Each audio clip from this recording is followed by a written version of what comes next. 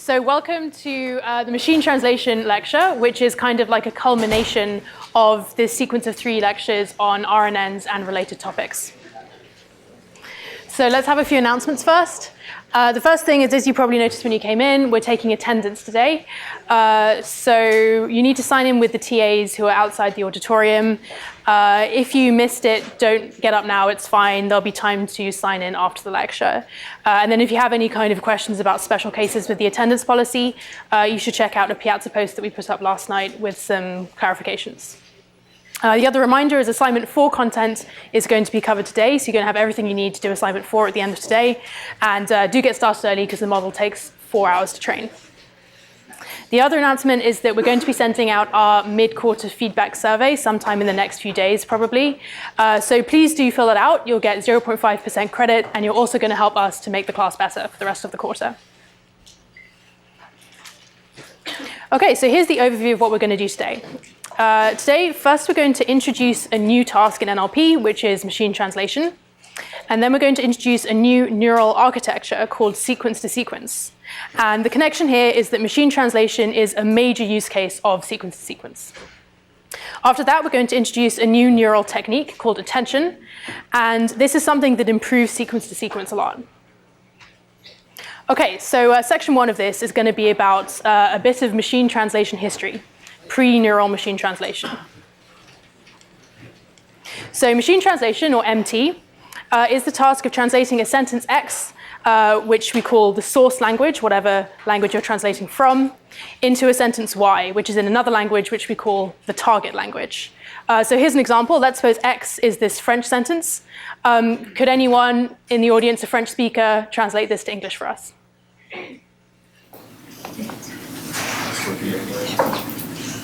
Yes. The man was born free, and everywhere he is in irons. Great.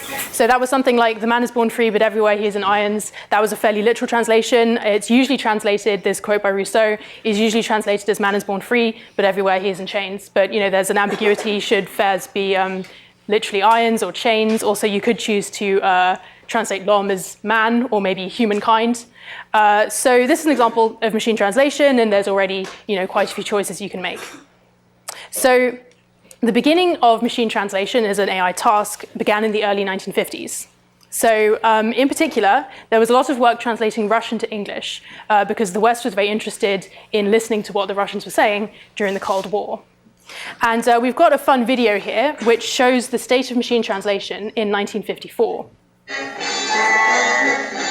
They hadn't reckoned with ambiguity when they set out to use computers to translate languages. A $500,000 supercalculator, the most versatile electronic brain known, translates Russian into English.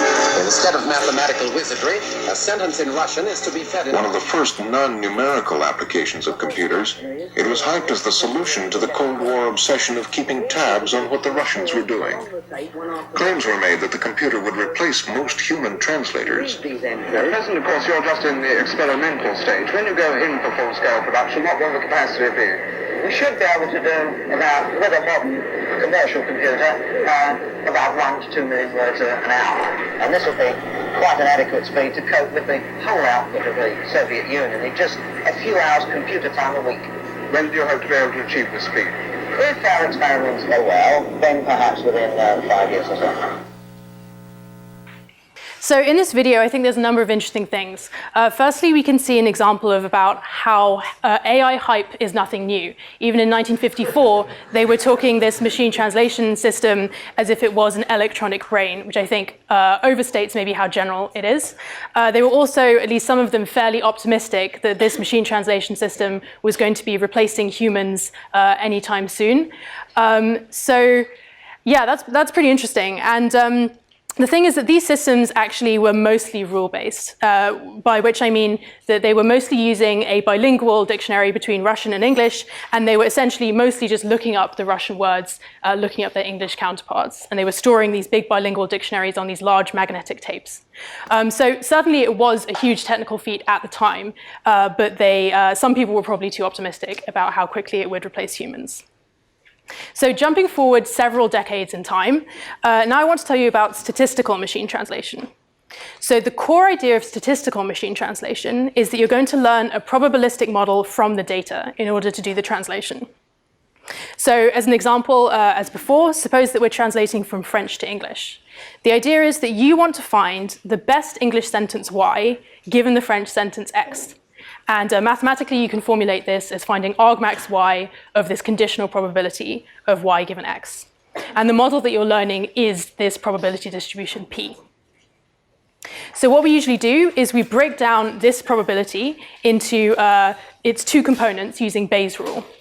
So this means that finding the Y that maximizes probability of Y given X is equivalent to finding the Y that maximizes the probability of X given Y times the probability of Y.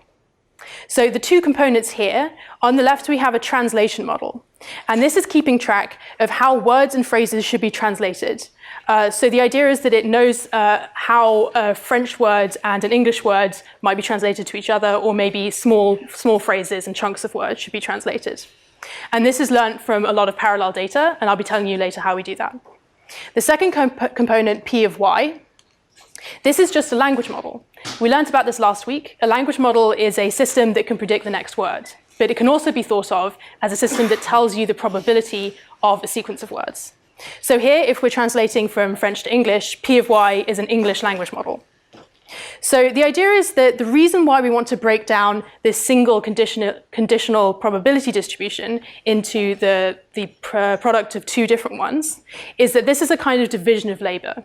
The idea is that instead of a single conditional probability distribution needing to understand how to translate and how to write good English text and understand sentence structure and everything at once, the idea is that you separate it so that the translation model on the left in blue mostly just knows about local translation of small chunks of words and phrases, whereas the language model on the right more takes care of writing good English, good sentence structure, word order, and so on.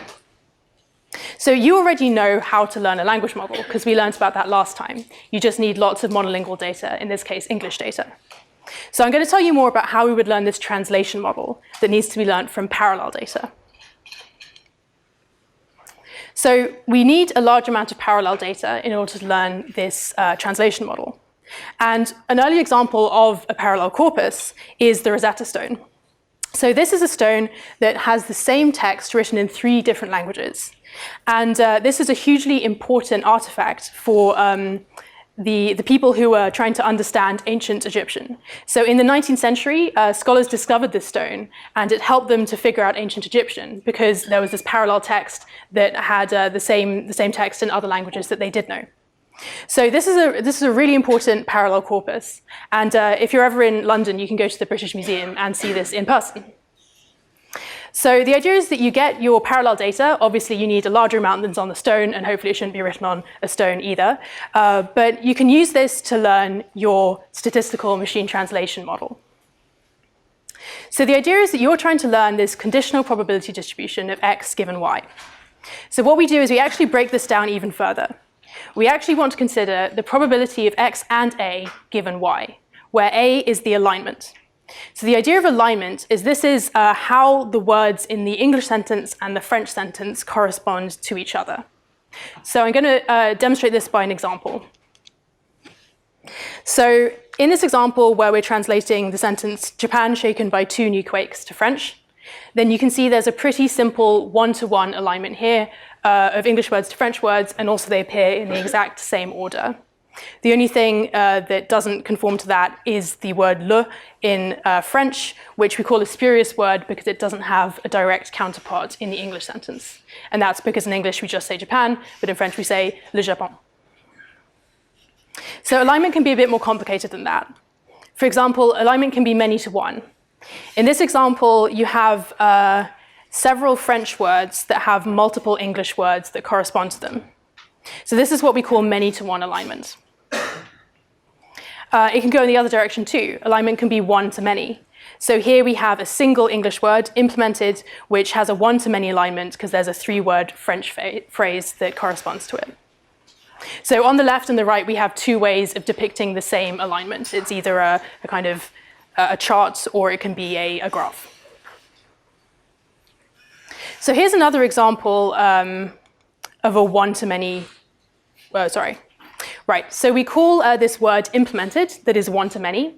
We call it a fertile word because the idea is that it has many children in the target sentence. So in fact, there are some words which are very fertile. Here's an example where the source sentence, il a montate, means he hit me with a pie. And here in French, this verb entate means to hit someone with a pie. And this word has no single word equivalent in English. We don't have a single verb that means to hit someone with a pie, which I think that's really fun that French has a word. You wonder, maybe they do it so often that they need a single word for that? I don't know. So this is an example of a fertile word, right? Because it needs to have several corresponding English words to translate it.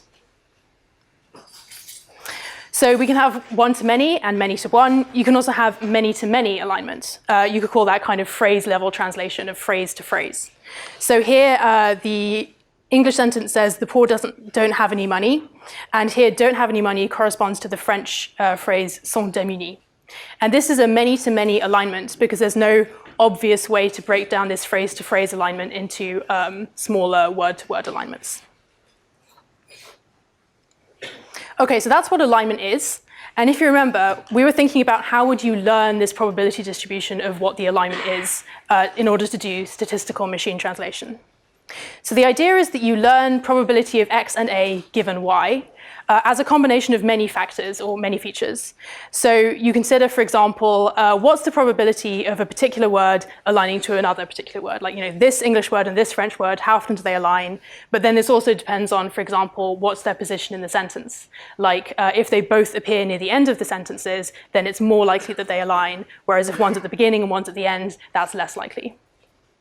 You would also consider things like, what's the probability of this particular French word having this particular fertility? Like, what's the probability of this word having 3 corresponding English words, and so on. So all of these statistics are learnt from your parallel data. And there's many other things that you would take into consideration.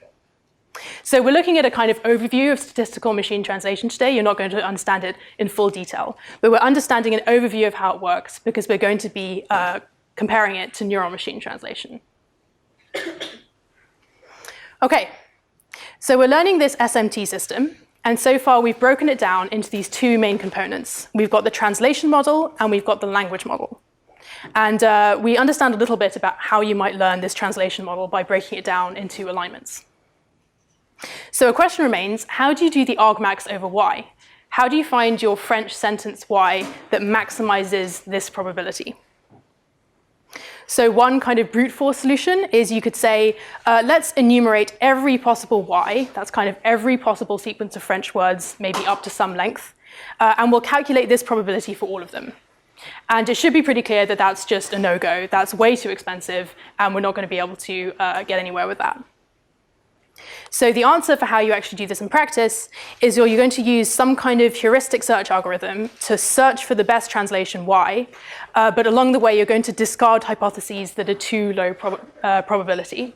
So you're going to search, but you're going to discard and prune the tree as you go to make sure that you're not keeping too many hypotheses on each step. So this process of finding your best sequence is also called decoding. So here's an overview of how that works for SMT. This is an example where you have this German sentence that translates to he does not go home. And you can see that there's some kind of phrase-to-phrase alignments here. So an overview of how this decoding would work in SMT is that you kind of consider lots of different hypotheses for how you might translate these individual words, and then you build it up to consider how you might translate individual phrases, and the phrases get bigger. So, for example, you can see that on the top right, if it's not too small, you can see that the German word for house could be translated into the English word house or home or chamber, and so on. So we consider all of these different hypotheses and look into how we might put those together to translate the phrases, but you don't keep all of them all the time. You get rid of the ones that are too low probability. So this can also be depicted as a kind of a tree where you are exploring different options. You're searching through this space of options, but then you prune the tree as you go. So I know this is a very, very high-level description of how decoding might work. And in fact, later in this lecture, you're going to see a detailed explanation of how this kind of decoding works for neural machine translation. OK, so what's our overview of statistical machine translation? Was it effective? So SMT was a huge research field from the 1990s to about maybe 2013. And the best systems during this time were extremely complex. They were extremely sophisticated and impressive systems. And SMT made the best machine translation systems in the world. But they were very complex. So for example, there were hundreds of important details that we haven't mentioned here at all. There were many, many techniques to make it more complex and more sophisticated than what I've described today. In particular, the systems had to have many separately designed subcomponents. So we already saw how you break down the translation model into two separate parts. But there was many more subcomponents than that, and often they had to be learned separately. This meant that engineers had to do a lot of feature engineering. You had to design features to capture the particular language phenomena that you were interested in. So this meant that they had to require a lot of compiling and maintaining of extra resources. And in fact, you had to have different resources for different languages. So the work kind of multiplied the more languages you had. An example of this is you had to have tables of equivalent phrases. So for example, if you're doing French and English translation, then they would be collecting these phrases of, these tables of phrases that are considered similar. And those were learned from the data. But this was a lot of information that had to be stored and maintained. So overall, this was just a lot of human effort to maintain. And again, yes, you had to put more human effort in if you wanted to learn an SMT system for a new language pair. OK, are there any questions here about SMT?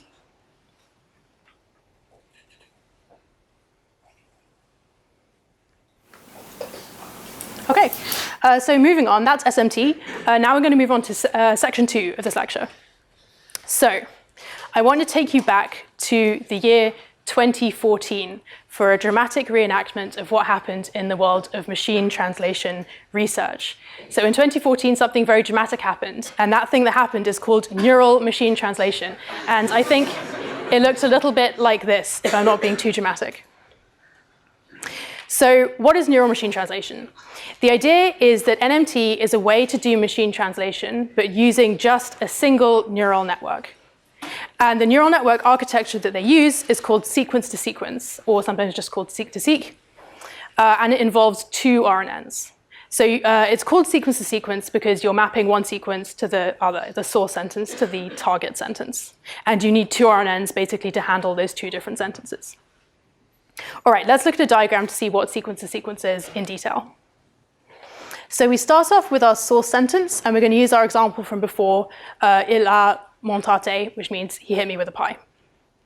So we feed this into our encoder RNN, and this is, as you've seen before, I've drawn a unidirectional RNN, but this could be bidirectional. It also could be multi-layer. It could be vanilla, or it could be LSTM, and so on.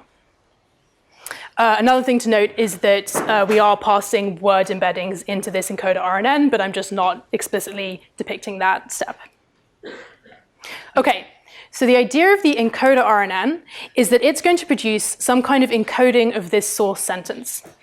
So for now, let's assume that the encoding of the source sentence is going to be the final hidden state of this encoder RNN. So what happens next is we pass this encoding of the source sentence, we pass it over to the decoder RNN, which is going to translate into English. So the decoder RNN is a language model. In particular, it's a conditional language model, like we talked about last time. So it's conditional because it's going to produce the target sentence, but conditioned on this encoding. And the encoding is that vector that has the orange box around it. So how does this work? We start off by feeding the start token into the decoder. And then we can get the first state of the decoder because we're using the encoding of the source sentence as the initial hidden state for the decoder.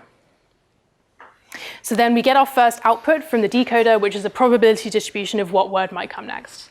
And let's suppose that we take the argmax over that, and then that gets us the word he, which in this case is correct, because that's probably the word you should start with. OK, so then we just take the word he, and then we feed it back into the decoder on the next step. And then we do the same thing again. we take argmax and we get a new word and we get he hit. So the idea is that you can continue doing this operation, and in that way you're going to generate your target sentence, which will be something like he hit me with a pie. And you stop once your decoder produces the end token. So an important thing to note here is that this picture is showing you what happens at test time. This shows you how to generate text. This isn't what happens during training. I'll show you what happens during training later. But this thing with the pink dotted arrows where you feed the word back in, this is what you do to generate text at test time. Any questions on this? Another thing I should note is that you need two separate sets of word embeddings, right? You need word embeddings for French words and you need English word embeddings. That's kind of two separate sets, two separate vocabularies. Yeah. Okay, so as a side note, this architecture called Seq2Seq is actually pretty versatile. It's not just a machine translation architecture. You can phrase quite a few NLP tasks as sequence-to-sequence tasks. So for example, summarization is a sequence-to-sequence task because in goes your long text and out comes your short text. Dialogue can be Seq2Seq because in goes the previous utterance and out comes your next utterance. Parsing can even be thought of as a sequence-to-sequence task because you could say in goes the input text and the output parse is going to be expressed as a sequence. This might not be the best way to do parsing, but it is a way you can try. Lastly, you can even do something like code generation. So suppose you want to build a system that takes some kind of natural language input, such as sum up the numbers from 1 to 10, and then it outputs, let's say, some Python code that says sum, open brackets, range 10, or something like that. So if you wanted to train a system to do this, you could, in a way, view that as a translation task, where you're translating from English to Python. It's a pretty challenging translation task that probably requires a lot more logic than just French to English, but you can try, and people have tried. There are research papers where people have used Seq2Seq to do this kind of task.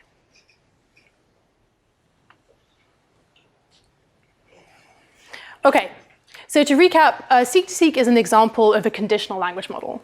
It's a language model because the decoder is a language model that's predicting the next target word.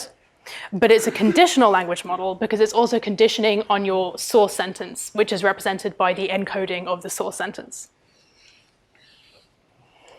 So you could view it like this. NMT is directly calculating the probability of the target sentence Y given the source sentence X.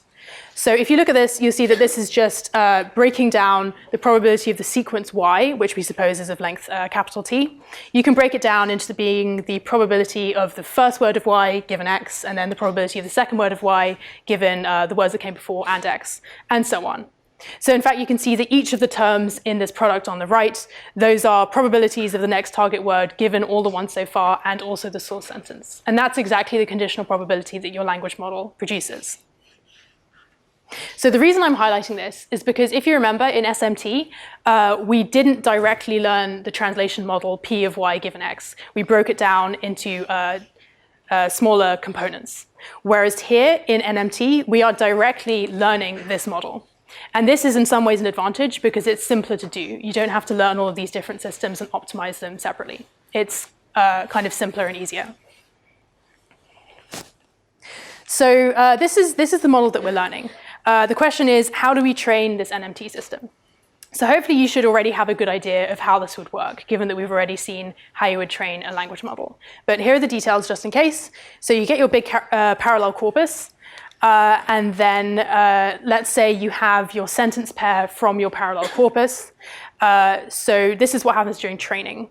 You feed your source sentence into the encoder RNN, and then you feed your target sentence into the decoder RNN, and you're going to pass over that final hidden state to be the initial hidden state of the decoder. And then for every step of the decoder RNN, you're going to produce the probability distribution of what comes next, which is the Y hats. And then from those, you can compute your loss. And the loss is just the same as we saw for unconditional language models. It's the cross entropy, or you could also say negative log likelihood of the true next word. So for example, on those selected ones, the loss is the negative log probability of the correct next word.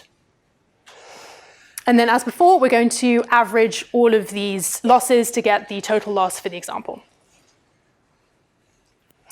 So a thing you might notice people saying in, for example, research papers is this phrase end-to-end. And this is an example of learning a system end-to-end. And what we mean by this is that the backpropagation is happening end-to-end. One end is the losses, the loss functions, and the other end, I guess, is kind of like the beginning of the encoder RNN. The point is that you backpropagation flows throughout the entire system, and you learn the entire system with respect to this single loss. Yep? If the decoder outputs the end token early or late, how do you kind of handle the loss that it wouldn't get to accrue by continuing to do on? The question is, if the decoder RNN outputs the end token too early, then how can you measure the loss on the words that came after that? So this is the difference between training time and test time, which is pretty confusing. So during training, we have this picture where you feed the token back in. So in this scenario, once you produce end, then you have to stop because you can't feed end in as the input on next step. But in training, you don't feed the thing that you produced into the next step. During training, you feed the target sentence from the corpus, so like the gold target sentence, into the model. So no matter what the decoder predicts on a step, you don't use that for anything other than computing loss. Any other questions? Yeah. Is there a reason why you would backpropagate end-to-end instead of maybe training an encoder or like the language model, and then maybe training a decoder separately and putting them together? The question is there a reason why you would want to train end-to-end when, for example, you might want to train the encoder and the decoder separately? So I think people view training end-to-end as favorable because the idea is that you can optimize the system as a whole. You might think that if you optimize the parts separately, then when you put them together, they will not be optimal together necessarily. So if possible, directly optimizing the thing that you care about with respect to all of the parameters is more likely to succeed. However, there is the notion of pre-training. And as you said, maybe you'd want to learn your decoder RNN as a kind of a language model, an unconditional language model by itself. And that's something that people do. You might learn a very strong language model and then use that to initialize your decoder RNN and then fine-tune it on your task. That's a valid thing you might try to do. Yep. So are these windows fixed? Like, are you always feeding the RNN for words to encode and always getting out like certain words to decode? The question is the length of the source sentence and the length of the target sentence fixed? So for example, is the source sentence always length 4? No, that's definitely not true because in your parallel corpus, you're going to have sentences of all lengths. So this is more kind of an implementation or a practicality question. The idea is that this is what you mathematically want to be computing during training for each example, and you're going to have batches of examples. But the question is, how do you actually implement that in practice? So what you'll usually do, just because it's easier to assume that your batch is this kind of even-sized tensor where everything is the same length, is you pad any short sentences up to some predefined maximum length, or maybe the length of the maximum example in your batch. And then you make sure that you don't use any hidden states that came from the padding. Yep. You have to train every 2 languages together, but it's preferable to have a system where you don't have to train every system at the end, but you have an intermediary that would be kind of universal between similar languages or something like that. Okay, so the question, I think, is it seems like sometimes you wouldn't want to train things end-to-end, and there are circumstances in which you might want to train things separately. And you mentioned, for example, having different languages mapped to each other. So this is a totally valid point. And in fact, so far we've kind of assumed that you want to learn language A to language B as a pair, right? And that's different to language A to language C, or even language B to language A. And that does mean you have kind of n squared many systems in the number of languages you're considering. So yeah, that's actually a valid idea, and this is something that people have researched. The idea that maybe you could have a kind of mix and match with your encoders and decoders, and you could try to train a kind of general purpose, let's say English decoder, and then match it up with your different encoders.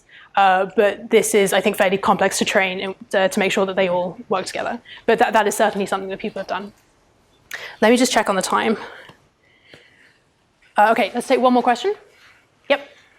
So does the word embedding also come from the same corpus that we are training on?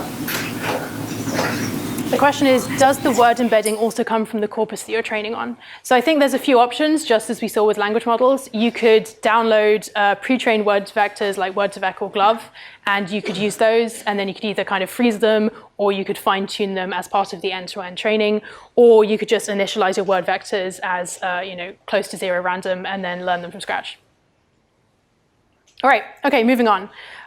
So now we understand how you would train a neural machine translation system, and we talked briefly about how you might do decoding or generation. So what I showed you before is something called greedy decoding, which is this idea that on each step you just choose the argmax, the top one best word, and then you feed that in on the next step. So this is called greedy decoding because you're just taking the best option that you can see right now, and then you don't really have a way to go back. So can anyone see a problem with this method? Maybe I've kind of given it away, but yeah? So you said too expensive. I guess, I mean, it is expensive in that you have to do a sequence, and a sequence is usually worse than something you can do in parallel.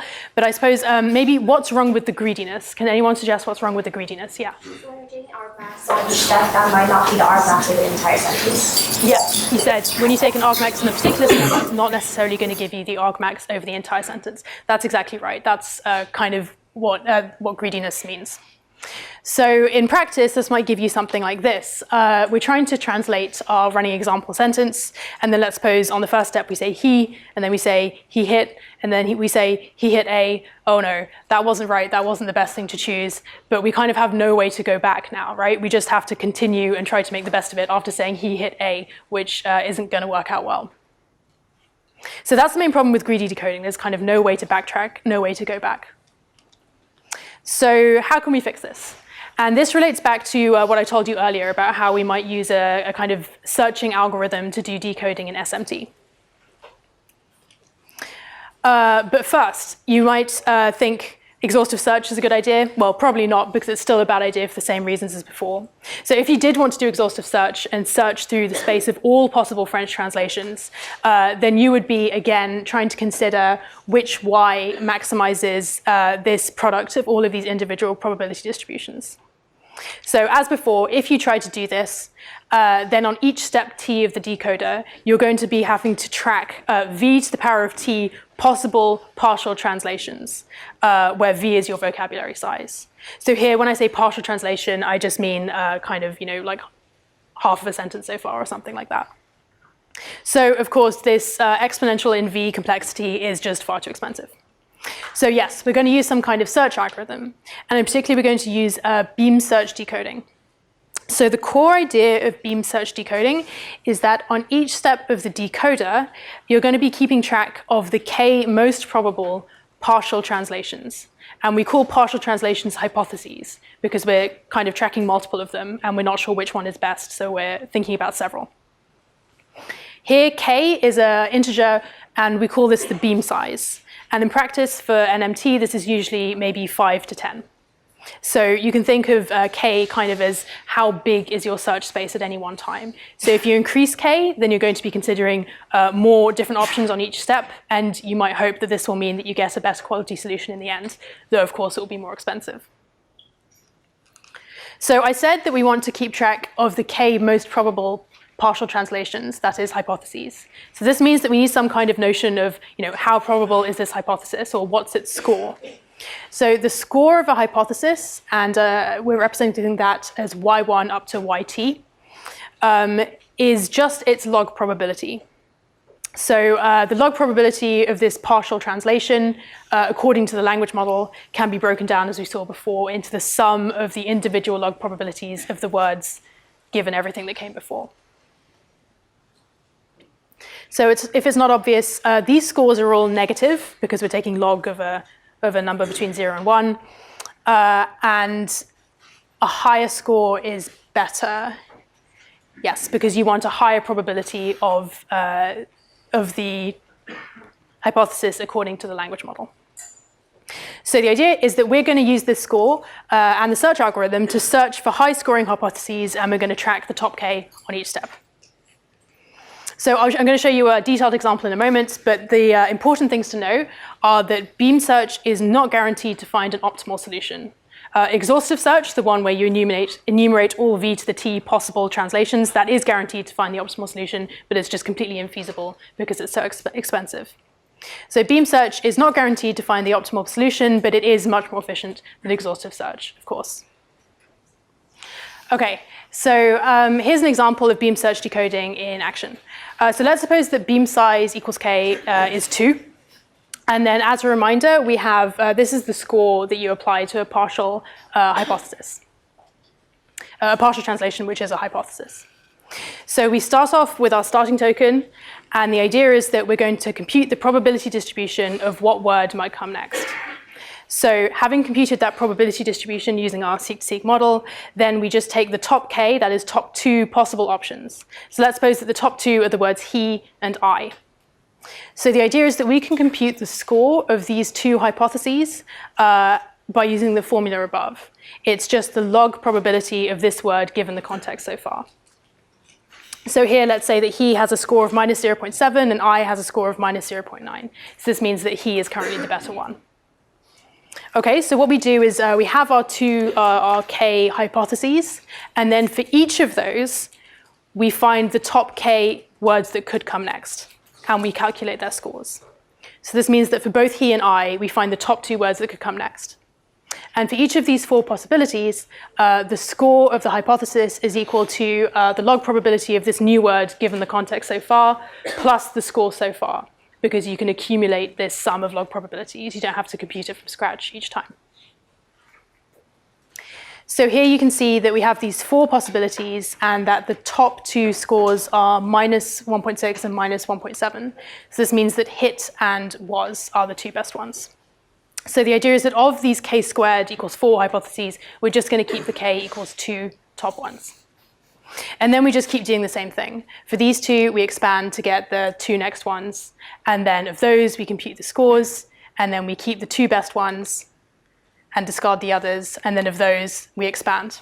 So we keep doing this again and again, expanding, and then just keeping the top k and expanding like this until you get some kind of finished translation. And I'm going to tell you more in a moment about what exactly the stopping criterion is. But let's suppose that we stop here.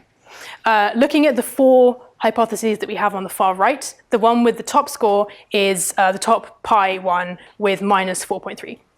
So let's suppose that we're going to stop now and we decide that this is the top hypothesis. Then all we need to do is just backtrack through this tree in order to find the full translation, which is he hit me with a pi. All right, so let me tell you more detail about how exactly we decide when to stop.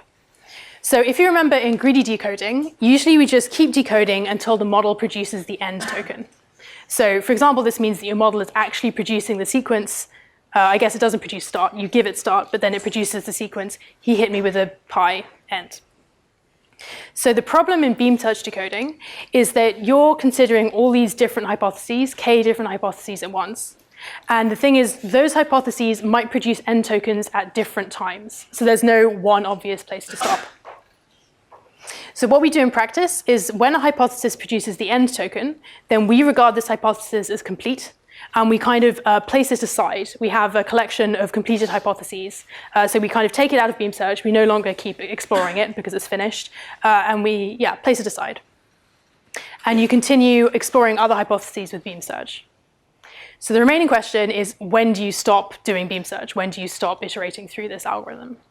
So there's multiple possible stopping criterions, but 2 common ones are, you might say, we're going to stop doing beam search once we reach time step t, where t is some predefined threshold that you choose. So you might say, we're going to stop beam search after 30 steps because we don't want any output sentences that are longer than 30 words, for example. Or you might say, we're going to stop doing beam search once we've collected at least n completed hypotheses. So you might say, I want at least 10 complete translations before I stop doing beam search. Okay, so what's the final thing you have to do? We finished doing beam search, and we have this collection of completed hypotheses. We want to choose the top one. The one that we're going to use is our translation. So how do we select the top one that has the highest score? You might think this is simple, given that all of these hypotheses already have scores attached. But if we just look at this formula again, for what the score is of each hypothesis, can anyone see a problem with this? If we have our set of hypotheses, and then we're choosing the top one based on the one that has the best score, can anyone see a problem? Yeah. Choose the shortest one? Yes. So the answer was you're going to end up choosing the shortest one. The problem here is that longer hypotheses have lower scores in general because you're multiplying more probabilities, so you're getting a smaller overall value. Or I guess if we're adding log probabilities, you're going to get a more negative value. So it's not quite that you'll definitely choose the shortest hypothesis because you could overall have a lower score, but there's definitely going to be a bias towards shorter translations because they'll in general have lower scores. So the way you can fix this is pretty simple. You just normalize by length. So instead of using the score that we have above, you're going to use the score divided by t, where t is the length of that hypothesis. And then you use this to select your top one. Any questions on this?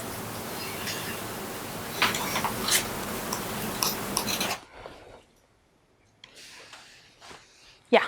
Do we train with an N token so that it is possible to predict an N token? I didn't quite hear the end. Do we train with the N token? Yeah, like we add an N token. Yes, so you train with the N token if that's your question, because the whole point is you're relying on your language model, your decoder, to produce the N token in order to know when to stop. So you need to train it to produce the N token by giving it examples of training sentences with N tokens.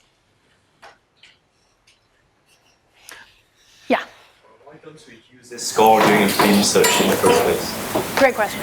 The question is, why don't we use this normalized score, the one at the bottom of the screen, during beam search in the first place? So the reason why that's not necessary, you could, but it's not necessary, is because during beam search, we only ever compare the scores of hypotheses that have the same length, right? So on each of these steps where we look at, let's say, the top k squared, and we want to choose which ones are the top k, we're comparing the scores of 4 different hypotheses that are of length 1, 2, 3, 4, 5.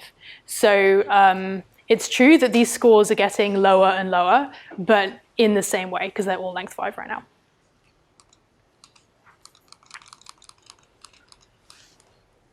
Okay.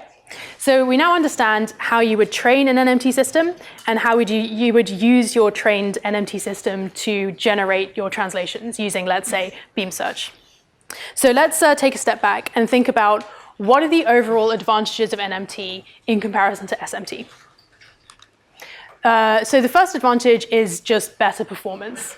NMT systems tend to give better output than SMT systems in several ways. One is that the output often tends to be more fluent. This is probably because RNNs are particularly good at learning language models, as you learned last week. Another way that they're better is they often use the context better. That is, they're better at conditioning on the source sentence and using that to change the output. Another way they're better is they often are more able to generalize what they learn about phrases and how to translate them. So for example, if it sees an example of how to translate a certain source phrase, and then later it sees a slightly different version of that source phrase, it's more able to generalize what it learned about the first phrase than SMT systems were. Another big advantage of NMT systems compared to SMT that we talked about before is that it's a single neural network that can be optimized end-to-end. And the advantage here, I suppose, is primarily simplicity and convenience. So there's no subcomponents that need to be individually optimized. Another big advantage is that it requires much less human engineering effort. When I told you earlier about all the different things that people had to do to build big powerful SMT systems, there's relatively less engineering effort for NMT. NMT is certainly not easy, but it's less complicated than SMT. In particular, there's no feature engineering. You don't have to define what features of linguistic phenomena that you want to capture. You can mostly just view it as a sequence of words, although there are different views on that. Lastly, a great thing about NMT is that you can use pretty much the same method for all language pairs. So if you've built your French to English translation system and now you want to build a Spanish to English one, you can probably use basically the same architecture and the same method as long as you can go find a big enough parallel corpus of Spanish to English. All right, so what are the disadvantages of NMT remaining? So compared to SMT, there are some disadvantages. One is that NMT is less interpretable. What I mean by this is you feed in your source sentence into the neural network, and then it feeds out some target sentence, and you don't really have any way to figure out why that happened, right? So in particular, if the target sentence contains some kind of error, you can't really look at the neurons and understand what happened. It's pretty hard to attribute errors. So this means that NMT systems are pretty hard to debug. So by comparison, SMT systems were more interpretable in that you had all of these different subcomponents that were doing different jobs, and you were more able to look at those. They weren't, neurons. Often it would be, probabilities of certain words given other words and so on. And, that's by no means easy to interpret, but it was at least more interpretable than NMT.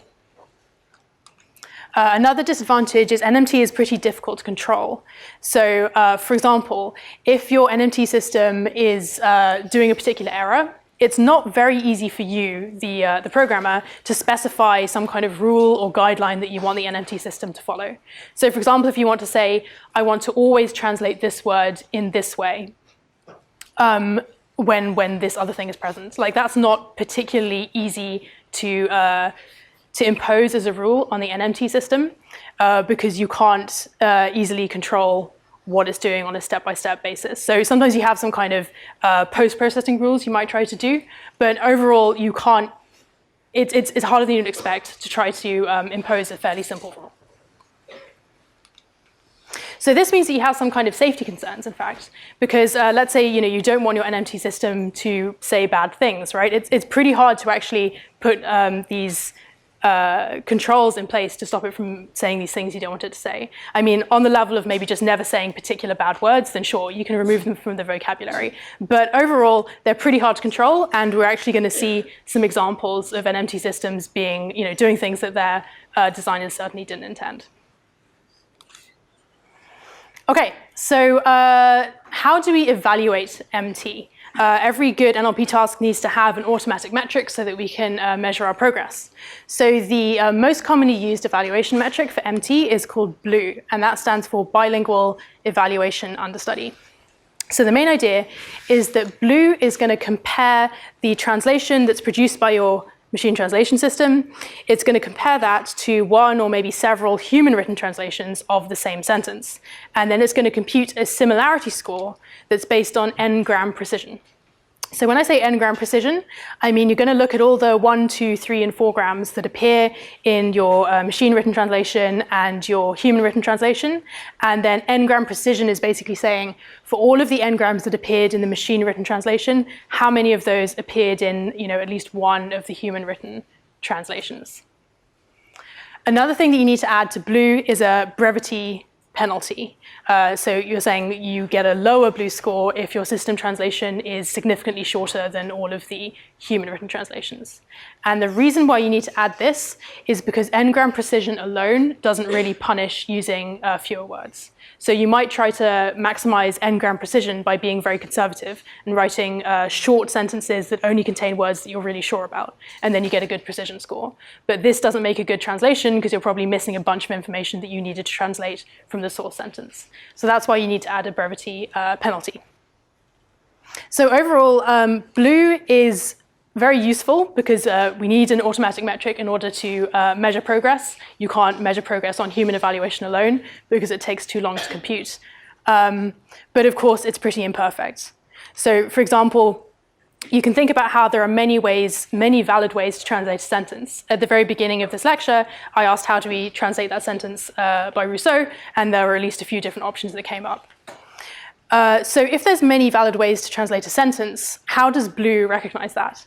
BLUE is rewarding sentences that have a high n-gram overlap with one or some of the human-written translations. But if you write one, if your model writes one valid translation and the humans wrote a different valid translation and they don't have high n-gram overlap, then BLUE is going to give you a low score.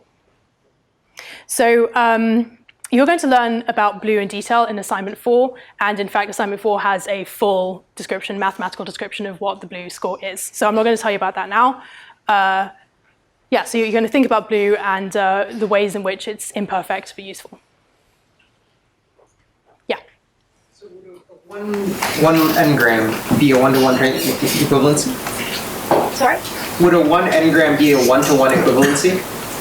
The question is, would a 1 n-gram be a one-to-one equivalency? I'm not sure I understand the question. Are you asking about alignment or something else? Just trying to get an idea of how they're doing n-gram checks. Is it doing all n-gram permutations, or is it doing like window size of 1? Well, I guess for one grams, it doesn't make a difference because you can't permute of 1 gram. Okay, so you're asking, for example, for 4 grams, are they checking whether this exact sequence of 4 appeared or any permutation of it? It's exact sequences. So by definition, n grams are sequences where the order matters. Okay. All right, so that's how you evaluate machine translation. So now you can understand this metric of how we evaluate our progress on machine translation. I can show you this graph and you might understand a little what it means. So this is a bar plot which shows, in a nutshell, how NMT changed the machine translation landscape in just a few years. So in this plot, we've got blue score is the y-axis, and you have 2 different types of SMT, which is the red and the dark blue bar plots. And what's happening is in 2015, neural MT enters the scene for the first time, and it isn't doing as well as SMT, and then the next year it's suddenly outperforming SMT. And here, these are blue scores on some particular fixed data set, like a shared task that many people were submitting systems for. So the main thing to notice here is that the progress that was being made by SMT systems was, a fairly gentle increase in blue year by year, and then in just 1 year, NMT arrives and is suddenly doing much more rapid progress. So I think this justifies why the picture of the meteor maybe isn't too dramatic here. So you could, in fact, call NMT the biggest success story of NLP in deep learning. Because if you think about the history of this, NMT went from being a fringe research activity in 2014 to being actually the leading standard method for machine translation in the wild in 2016. In particular, in 2014, the first Seq2Seq paper was published, and in 2016, Google Translate switches from SMT to NMT. This is a pretty remarkable turnaround for just 2 years. So this is amazing, not just because it was a quick turnaround, but also if you think about the level of human effort involved. These SMT systems, for example, the Google Translate SMT system, was built by doubtless hundreds of engineers over many years. And this SMT system was outperformed by an NMT system that was trained by relatively few, like a handful of engineers in a few months. So I'm not diminishing how difficult it is to build NMT systems, and certainly I'm sure Google's NMT system today is built by more than a handful of engineers in a few months. I'm sure it's a very big operation now. But when NMT began to outperform SMT, it was pretty remarkable how it was able to do that based on the amount of effort involved. Yeah? Given the still existing cons of NMT, has there been research done on combining the two? And if there is, what does that look like?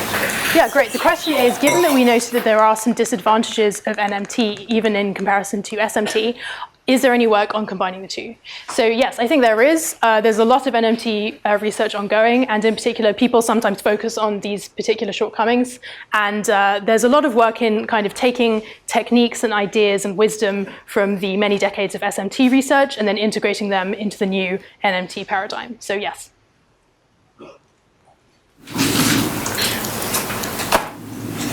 Okay. So, is machine translation solved? Can we all go home? I think the answer is clearly no. NMT definitely is not doing machine translation perfectly. So just to highlight some of the difficulties that remain with NMT, one is out of vocabulary words. This is a kind of basic problem, but it's pretty tricky. What do you do if you're trying to translate a sentence that contains a word that is not in your source vocabulary? Or what if you're trying to produce a word that's not in your target vocabulary? There's certainly been lots of work on doing this, and you're going to hear later in the class how you might try to attack this with, for example, sub-word modeling can make it easier. But this is a significant problem.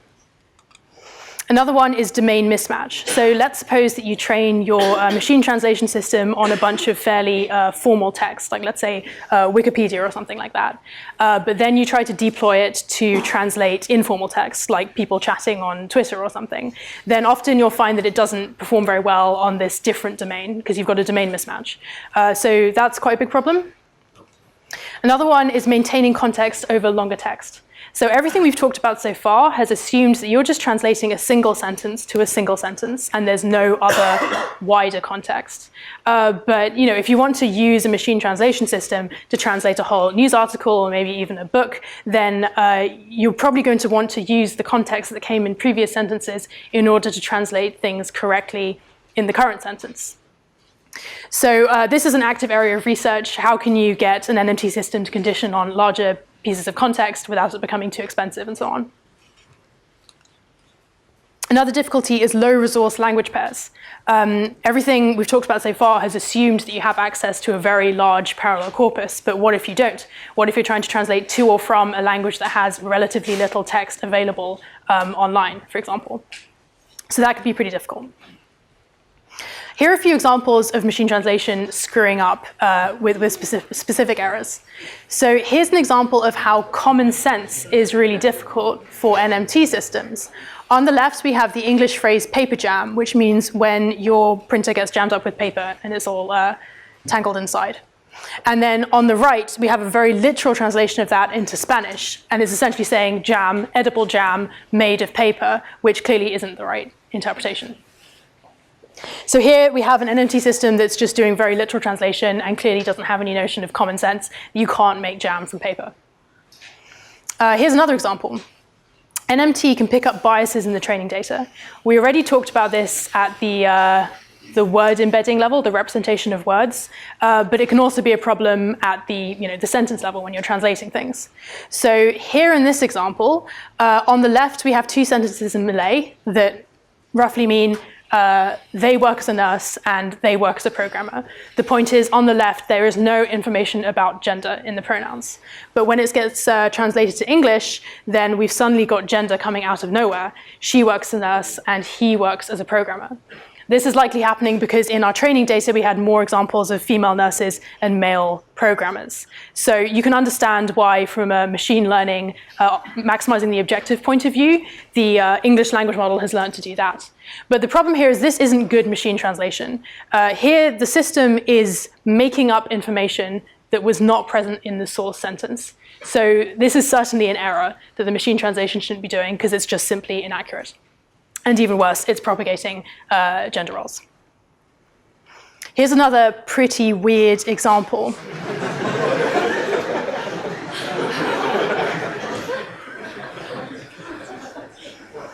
What is happening here? On the left, we have a nonsense sentence that's just kind of a syllable repeated, and we're supposedly translating from Somali. And then we're asking to translate this into English, and then we're getting this out of nowhere. As the name of the Lord was written in the Hebrew language, it was written in the language of the Hebrew nation. And you might be thinking, where on earth did that come from? And in fact, this got reported in the media as, Google Translate wants to convert you to its religion or whatever. So for sure, it is very startling. But the thing is, there's actually quite a reasonable explanation. So what's going on here is that often for low resource languages, such as, for example, Somali, one of the best resources of parallel text is the Bible. So you train, for example, Somali to English using the Bible as a training text, maybe among other texts. Okay, so that's the first puzzle piece, but the other puzzle piece is the nonsensical input. So when the input isn't really Somali or any kind of text, right, it's just the same syllable over and over, then the NMT system doesn't really have anything sensible to condition on. It's basically nonsense, it's just noise. So what does the NMT system do, right? It can't really condition on the source sentence. So what it does is it just uses the English language model, right? You can think of it as like the English language model, the decoder RNN, just kind of goes into autopilot and starts generating random text, kind of like we saw last week when we saw a language model trained on Obama speeches or Harry Potter would just generate text in that style. That's kind of what's happening here with the Bible, because we don't have any useful information from the sentence on the left. So this is an example why neural machine translation in particular makes these kinds of errors, because the system is uninterpretable. So you don't know that this is going to happen until it happens, and perhaps Google didn't know this was going to happen until it happened and it got reported. So this is one downside of uninterpretability, is that really weird effects can happen and you don't see them coming, and it's not always even easy to explain why they happened. Yep. Translate to Irish. What happens if you flip the translate back to Irish? The question is, what happens if you did translate from Irish? I suppose that's the part where Google tries to auto-detect the language, and maybe it thinks that ag is more like Irish than Somali. I imagine if you did put Irish to English, there's probably more training data for Irish to English, so maybe it wouldn't be so Bible-focused. Yeah, and there's a lot of examples of these online where you do different kinds of nonsense syllables in different languages. So there's a lot of challenges remaining in NMT, and the research continues. So NMT, I think, remains one of the flagship tasks for NLP Deep Learning. And in fact, NMT research has pioneered many of the successful innovations of NLP Deep Learning in general. So today, in 2019, NMT research continues to thrive. There's still many, many papers published all the time on NMT. And in fact, researchers have found lots of improvements to the fairly vanilla Seq2Seq models that I've shown you today. But in fact, there is one improvement that is so integral to Seq2Seq that you could regard it as the new vanilla. And that's the improvement we're going to learn about today. And it's called attention. OK, so section 3 is on attention. What is attention? First, I'm going to motivate why we need this thing called attention. So let's look at this diagram that we saw before of sequence to sequence. And remember when we assumed that this encoding of the source sentence, the one in the orange box, is going to represent the whole sentence. Can anyone volunteer a problem you can see with this architecture? In particular, perhaps a problem with this idea that that single vector is the encoding of the source sentence. Yep. No context, what do you mean? It doesn't, you're only looking at one word, and that word could have many meanings potentially. You don't know what's going on, so you can't figure out which meaning. Okay, so the answer was something like, you're only looking at one word. Do you mean like the last word of the source sentence, and you're not seeing more information? Yeah, it's something like that. Any other ideas? Yep. You might have lost information from the beginning of the sentence by the time you get to the end.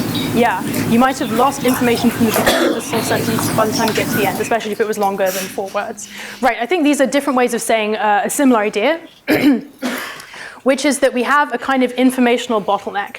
We're forcing all of the information about the source sentence to be captured in this single vector because that's the only thing that gets given to the decoder. If some information about the source sentence isn't in that vector, then there's no way the decoder is going to be able to translate it correctly. So this is an informational bottleneck. It's putting kind of too much pressure on this single vector to be a good representation of the encoder. So this is the motivation for attention. Attention is a neural technique, and it provides a solution to the bottleneck problem. The core idea is that on each step of the decoder, you're going to use a direct connection to the encoder to focus on a particular part of the source sequence. So first I'm going to show you what attention is via a diagram. So that's kind of an intuitive explanation. And then I'm going to show you the equations later. So here's how sequence to sequence with attention works. So on the first step of our decoder, we have our first decoder hidden state. So what we do is we take the dot product between that decoder hidden state and the first encoder hidden state. And then we get something called an attention score, which I'm representing by a dot. So that's a scalar. And in fact, we take the dot product between the decoder hidden state and all of the encoder hidden states. So this means that we get one attention score, one scalar, for each of these source words, effectively. So next what we do is we take those 4 numbers, scores, and we apply the softmax distribution, the softmax function to them, and then we get a probability distribution. So here I'm going to represent that probability distribution as a bar chart. And we call this the attention distribution, and this one sums up to 1. So here you can see that most of the probability mass is on the first word. And that kind of makes sense because that first word essentially means he, and we're going to be producing the word he first in our target sentence. So once we've got this attention distribution, we're going to use it to produce something called the attention output. So the idea is that the attention output is a weighted sum of the encoder hidden states, and the weighting is the attention distribution. So I've got these dotted arrows that go from the attention distribution to the attention output. Probably there should be dotted arrows also from the encoder RNN, but that's hard to depict. But the idea is that you're summing up these encoder RNN hidden states, but you're going to weight each one according to how much attention distribution it has on it. So this means that your attention output, which is a single vector, is going to be mostly containing information from the hidden states that had high attention. In this case, it's going to be mostly information from the first hidden state. So after you do this, you're going to use the attention output to influence your prediction of the next word.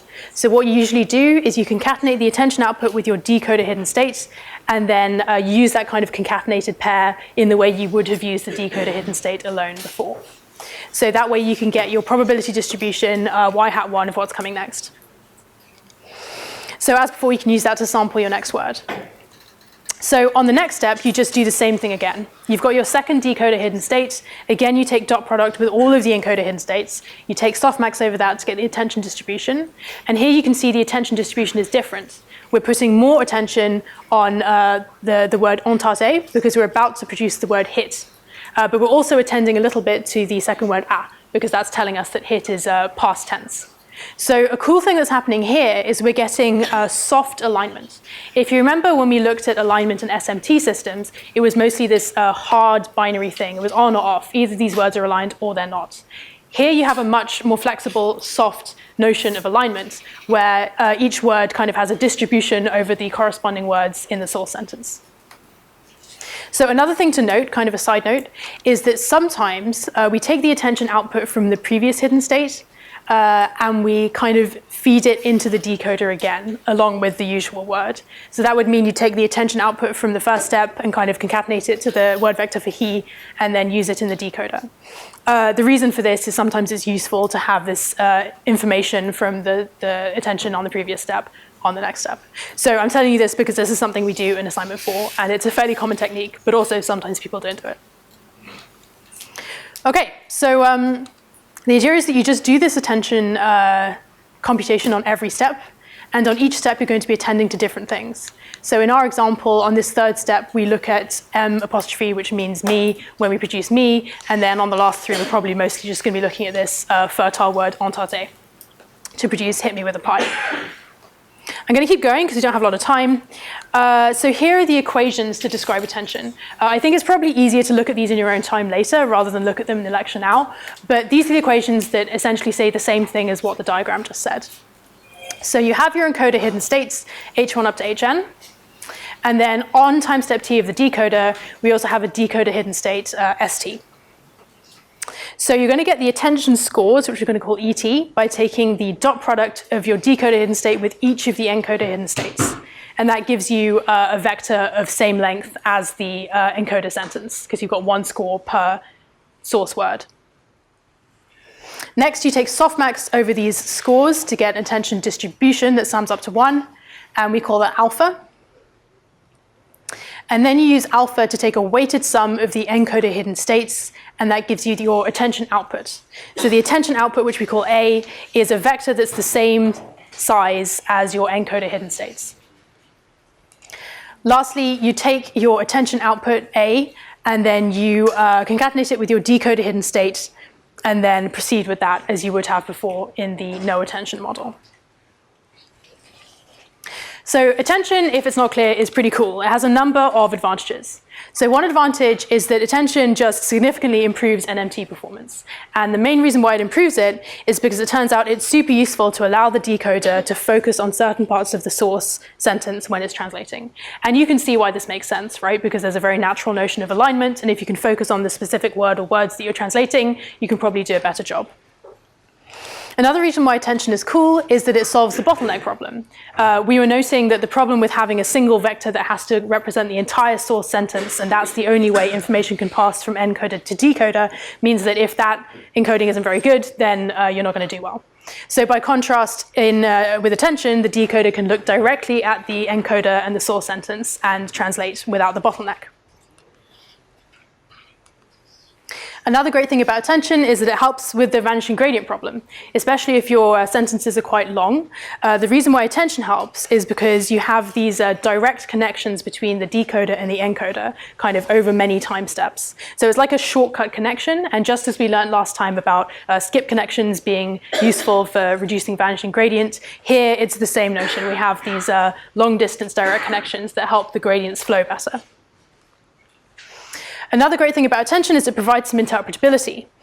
If you look at the attention distribution after you've produced your translation, you can see what the decoder was focusing on each step. So for example, if we run our system and we translate our running example here, then we can produce a plot kind of like this that shows the attention distribution. So here, dark means high attention and white means low attention. So you might see something like this, where it was focusing on the different words and different steps. And this is basically the same kind of plot that we had earlier with the hard notion of alignment in SMT, except that we have more flexibility to have a more soft version of alignment. Like, for example, when we produced the English word hit, perhaps we were mostly looking at entente, but we were also looking a little bit at A. So this means that we're getting alignment for free. And the reason I say for free is because when you remember the SMT systems, the whole point there is that you had to learn an alignment system deliberately and separately. You had to define the notion of alignment, you had to define the model of calculating what the probability of different alignments were and train it. Whereas here, we never told the NMT system about alignment. We never explicitly trained an alignment system. We never had a loss function that tells you how good your alignment was. We just gave the NMT system the apparatus to do something like alignment and told it to maximize the cross-entropy loss for doing machine translation. And then the network just learned alignment by itself. I think this is the coolest thing about attention, is that it's learned some structure in a somewhat unsupervised way. Okay, so in the last few minutes, I'm just going to generalize the notion of attention, because it turns out that attention is actually a very general deep learning technique that you can apply in lots of different circumstances. So we've seen that attention is a great way to improve the sequence-to-sequence model for MT, but you can actually use attention for other architectures that aren't Seq2Seq and also tasks that aren't MT. So to understand this, I'm going to somewhat redefine attention to a more general definition. So here's our more general definition. Suppose you have a set of values, each of which is a vector, and you also have a single vector, which you're calling the query. Then attention is a way to compute a weighted sum of the values, but the way you weight it is dependent on the query. So we often phrase this as saying that the query is attending to the values. The idea being that you have all this information that's in the values, and the query is somehow determining how it's going to pay attention to the values. So for example, in Seq2Seq, the decoder hidden state is the query. The decoder hidden state on a particular time step is the query, and is attending to all the encoder hidden states, which are the values. All right, here's that definition again. So here's a way to kind of understand this intuitively, two alternative ways. One is to think of it like this. You could think of it as the weighted sum is like a selective summary of the information in the values. And I say selective because your choice of how much you choose to draw from each value depends on the attention distribution. So the distribution depends on the query. So the query is determining how much you're going to select from different values. And this is kind of similar to LSTMs that we learned about earlier this week.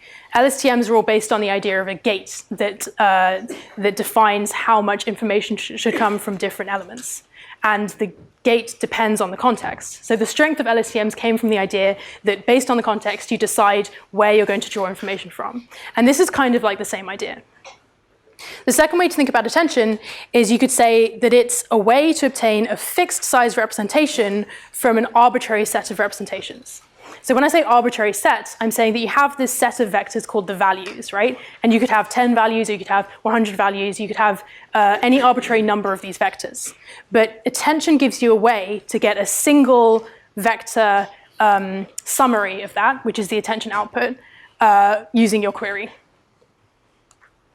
Okay, so last thing is that there's actually several variants of attention. And this is something you're going to look at a little in assignment 4. So in our more general setting, we assume that we have some values in the query. Doing attention always involves computing the attention scores, and then you apply softmax to get the attention distribution, and then you use that attention distribution to take a weighted sum. So this is always the outline of how attention works. The part that can be different is this number 1. There are multiple ways you can compute the scores. So last slide. Here are the different ways you can compute the scores. So the first one, which you've already seen today, is basic dot product attention. And the idea here is that the score for a particular value, hi, is just the dot product of the query and that particular value. And in particular, this assumes that the size of your query vector and the size of your value vectors has to be the same because you're taking dot product. Another version of attention is called multiplicative attention. And here the idea is that the score of your value hi is going to be this bilinear function of your query and that value. So in particular, we're putting this weight matrix in the middle, and that's a learnable parameter. You're learning the best weight matrix in order to get the scores, the attention scores that are useful. The last one is called additive attention. So what's happening here is that the score of the value hi is, you get it by applying a linear transformation to both the value and the query, and then you add them together, and then you put them through a nonlinearity like tan h, and then lastly, you take that vector and you take dot product with a weight vector to give you a single number that is the score. So here you've got two different weight matrices and also a weight vector, which are the learnable parameters. One thing that's different here is that there's kind of an additional hyperparameter, which is the attention dimensionality. So that's kind of I think it's the height of the W1 and W2, and it's the length of V, right? You can choose what size that dimension is. It's kind of like a hidden layer in the computation. So you can decide how big you want that intermediate representation to be. Okay, so I'm not going to tell you any more about that because that's actually one of the questions in the assignment 4, is to think about the relative advantages and disadvantages of these models. Okay, so here's a summary of today. It really is the last slide. Second last time, but this was the last slide. So we learned about the history of MT. We learned about how in 2014, neural MT revolutionized MT. We learned about how sequence-to-sequence is the right architecture for NMT, and it uses 2 RNNs. And lastly, we learned about how attention is a way to focus on particular parts of the input. All right, thanks.